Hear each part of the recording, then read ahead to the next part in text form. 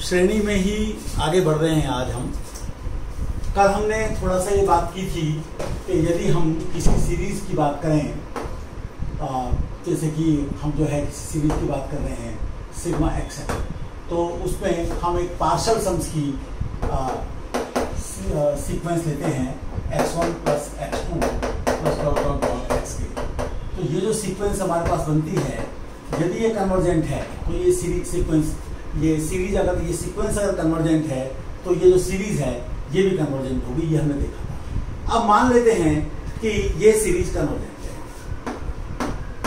यदि sigma xn अभिसारी है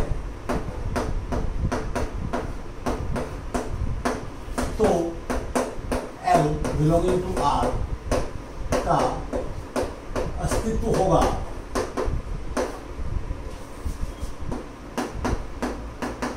ताकि Sk कन्वर्जेस टू L, और तब हम ये कहेंगे कि सिग्मा xn वो भी अभिसारी है और वो L है, ये हम कहते हैं। अब मान लीजिए कि ऐसा हुआ है, तो हम अगर मान लीजिए देखें कि हमारा xk क्या है, तो xk हमारा sk माइनस sk माइनस 1 है। तो अगर मैं लिमिट निकालूं xk की, तो मैं देखता हूं कि वो हो जाएगी limit sk minus limit sk minus 1 equal to L minus L equal to 0। तो यदि हमारी सीक्वेंस अभिसारी है तो अगर हमारी सीरीज अभिसारी है तो उसका जो kth टर्म है या nth टर्म है वो 0 को अप्रोच करेगा। तो जैसे मान लीजिए कि हम जानते हैं कि सिग्मा 1/n स्क्वायर अभिसारी है, यानी कन्वर्जेंट है, implies 1/n square tends to 0। तो ये तो कोई खास बात नहीं है। इसका उल्टा परिणाम सत्य है। जैसे कि मैं कोई एक लेता हूं, मैंने लिया सिग्मा n/n+1। अब मैं देखता हूं कि n/n+1 does not tend to 0, implies sigma n/n+1 अपसारी डाइवर्जेंट है। क्योंकि यदि ये अभिसारी हुआ तो इसका मतलब ये है कि इसका जो nth टर्म है वो 0 को जाएगा, जो कि नहीं जा रहा है। तो इसका बड़ा फायदा हमको मिलता है। अब जैसे मान लीजिए कि मैं सिग्मा साइन n की बात करूं, तो सिग्मा साइन n की अगर मैं बात करता हूं तो मैं देखता हूं कि sine n does not converge to 0, मतलब हो सकता है कन्वर्ज ही ना करता हो और 0 को तो बिल्कुल कन्वर्ज नहीं करता। तो इसका मतलब ये है कि ये जो सीरीज है साइन n अपसारी, ये इसका उल्टा फायदा हम काफी उठाते हैं, जगह जगह पर उठाएंगे कि कोई सीरीज हमें दी होगी और हमें पता करना होगा अभिसारी है कि अपसारी है।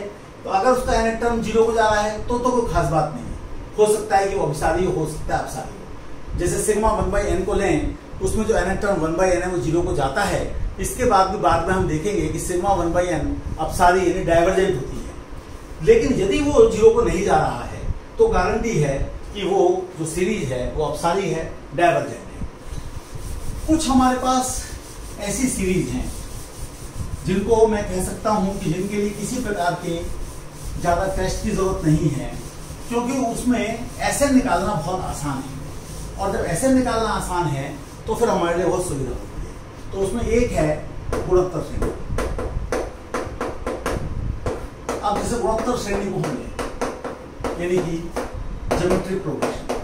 अब जैसे हमारे पास a plus AR plus AR square plus dot dot dot ये है। अब इसमें मैं ये देखना चाहता हूं कि ये सीरीज मेरी कन्वर्ज करती है कि डाइवर्ज करती है।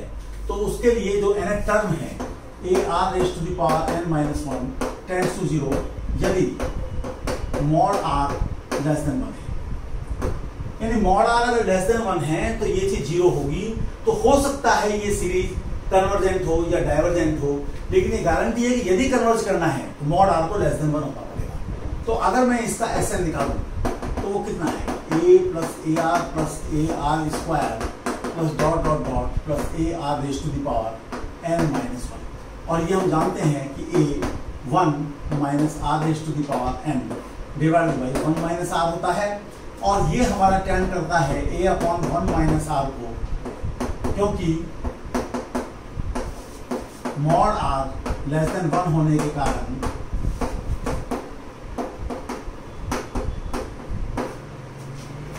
r raised to the power n tends to 0 as n tends to 0।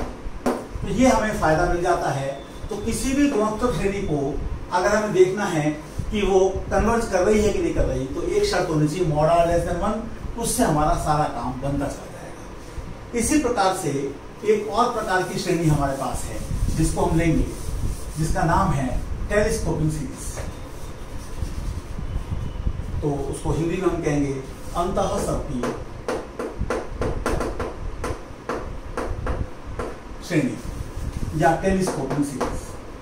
Telescoping series ये वो सीरीज के एग्जाम्पल हैं जिसमें कि पार्शियल सम, आंशिक योग निकालना बहुत आसान है, इसलिए उनको हमने शुरू में ले लिया है।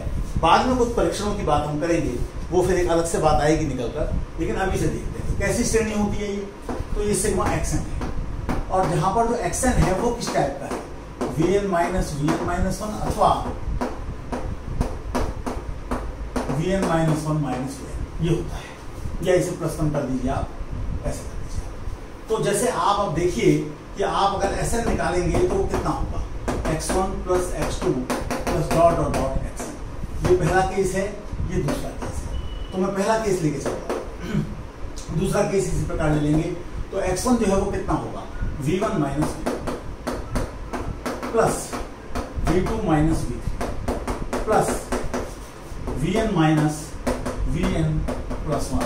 अब हम देखते हैं कि ये कटते चले जाएंगे, तो पहला बचेगा तो अंतिम बचेगा, और इसलिए ये हो जाएगा v1 माइनस vn प्लस 1।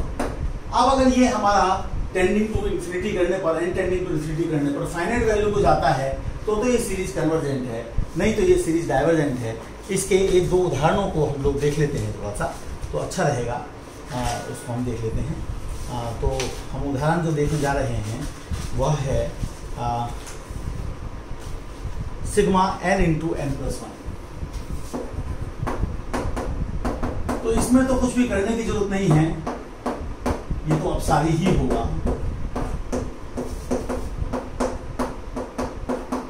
क्योंकि an equal to n into n plus 1 tends to. यद्यपि हम इसके इस टर्म को क्या लिख सकते हैं, इसको हम लिख सकते हैं n into n plus 1 n plus 2, एक हमने जो है बाद में बढ़ा दिया minus n minus 1 into n plus 1। तो अगर हम इसे करेंगे तो ये हमारे पास में आएगा n into n plus 1 common आ जाएगा, 3 आएगा, तो 1/3। और इसको मैं vn प्लस 1 कह सकता हूँ, इसको मैं vn कह सकता हूँ। तो इस प्रकार के रूप का जरूर है, लेकिन आपको कुछ करने की जरूरत नहीं है, आपको पार्शियल सम भी निकालने की जरूरत नहीं है, क्योंकि ये इन्फिनिटी में जा रहा है। एक एग्जाम्पल और ले लेते हैं, तो वो ले लेते हैं सिग्मा 4n अपॉन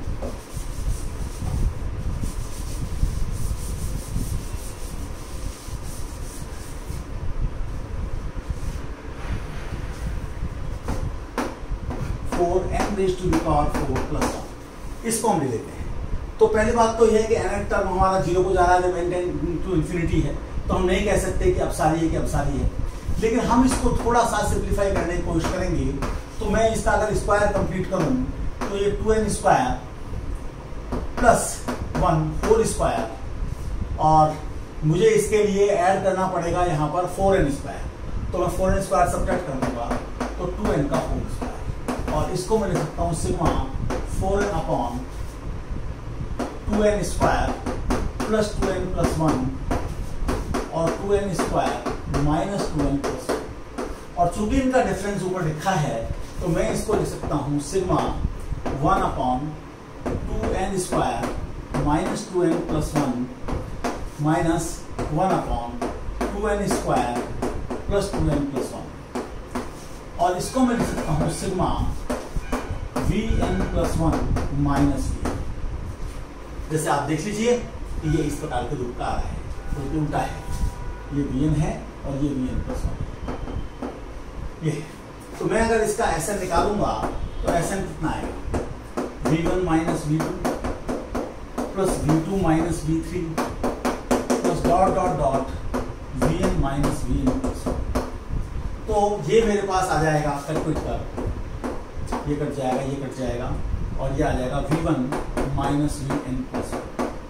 अब V1 मैंने किसे कहा है, Vn मैंने इसे कहा है, तो मैं n को 1 रख दूंगा, तो n को 1 रखने पर ये 1 आ जाएगा, माइनस मैं Vn प्लस 1 देखूं तो ये है 1/2n square plus 2n plus 1, और ये मेरा टेंड कर रहा है 1 को।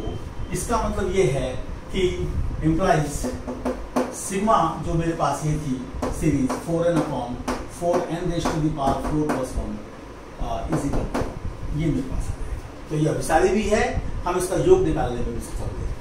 लेकिन आगे हम देखेंगे कि अधिकतर हमारे पास इस प्रकार के परिणाम आएंगे कि जिसमें हम सीरीज को अगर अभिसारी दिखा भी पा रहे हैं तो साधारणतया ये संभव नहीं होगा कि हम उसका योग निकाल पाए। लेकिन उसका एक फायदा ये होता है कि यदि हमारे पास एक या एक से अधिक अभिसारी श्रेणियां हैं, कन्वर्जेंट सीरीज हैं, तो हम उनको एक रियल नंबर के रूप में यूज कर सकते हैं, वास्तविक संख्या के रूप में उपयोग कर सकते हैं, उन्हें जोड़ सकते हैं, घटा सकते हैं, गुणा कर सकते हैं, भाग कर सकते हैं, यदि जिसमें नीचे वाली जो है वो जीरो नहीं हो रही है। तो इस प्रकार के फायदे हम जरूर उठा सकते हैं, लेकिन हम ये नहीं कर सकते हैं कि हम अपसारी है, डाइवर्जेंट है, तब भी हम उनका उपयोग कर पाए। तो ये अभिसारी होने का फायदा होता है। ज़्यादा अच्छी बात तो यह है कि क्लोज्ड फॉर्म में, एक संवृत रूप में उसका योग निकल जाए, लेकिन वह साधारणतः सत्य नहीं होता है। शुरुआत में हम केवल उन श्रेणियों को लेकर चलेंगे जिनमें कि सीरीज अगर हमारे पास सिग्मा xn है तो xn हमारे पास ग्रेटर देन। बाद में अन्य प्रकार की श्रेणियां भी हमारे सामने आएंगी, उन पर भी हम लोग चर्चा करेंगे। धन्यवाद।